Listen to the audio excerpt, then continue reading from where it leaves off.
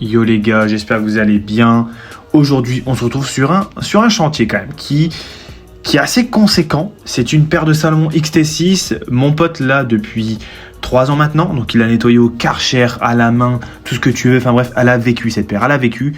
Donc aujourd'hui, notre mission, c'est de lui redonner une seconde vie. Donc là, j'étais en train de découvrir les lacets parce que c'est vrai que j'avais jamais vu et jamais rénové de paire comme ça. Donc on en commence par enlever les semelles, on frotte un peu partout pour enlever le surplus de poussière pour ensuite passer à la rénovation et surtout au nettoyage. Donc on commence avec une brosse à poil dur ainsi que du produit et de l'eau par la semelle du dessous. Donc regardez-moi ça déjà, honnêtement 30 secondes de nettoyage, ça donne déjà ça. Donc c'est cool, on insiste encore un peu sur certaines parties parce que c'est vrai que c'était quand même vraiment marqué, les crans sont enlevés, elle est usée la paire.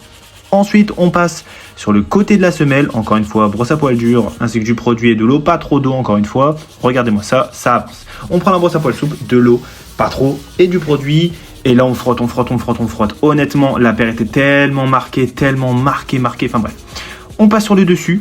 Honnêtement, c'est passé crème de ouf. Honnêtement, ça s'est super bien enlevé. Regardez-moi ça, déjà le changement. Donc, on a frotté déjà 1 minute sur chaque partie. On fait l'arrière, encore une fois, le côté. Il y en avait partout du produit, de la mousse, c'était horrible. On fait la semelle, enfin la languette, pardon, encore une fois. On fait la languette, on frotte de tous les côtés. On fait le dessous de la languette parce que ça, c'est souvent très très sale. On essuie un peu tout, le surplus, regardez-moi ça. Encore une fois, la paire reste un peu grisâtre, mais elle est tellement passée sous le Karcher, etc. Elle a tellement pris l'eau qu'elle ne peut pas être blanche, elle peut que être grise au max, donc ça va. Ensuite là, on fait l'autre côté, on essuie, ça rend vraiment bien.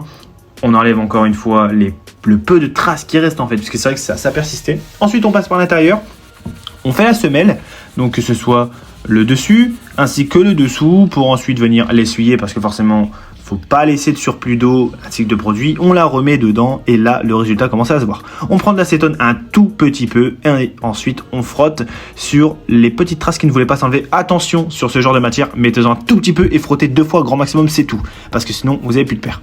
Voilà, donc là, ça rend vraiment bien. On essuie le surplus de mousse, encore une fois, d'eau qui ressortait et d'acétone, bien évidemment. Les gars, regardez-moi ça, la paire. On a enlevé toutes les traces, c'était le maximum que je pouvais faire. Regardez-moi ça. Là, on ne s'en rend pas vraiment compte sur la vidéo parce qu'encore une fois, c'était encore mouillé et c'était pas sec, mais c'était le grand maximum, on ne peut pas avoir mieux. Regardez-moi ça, le résultat.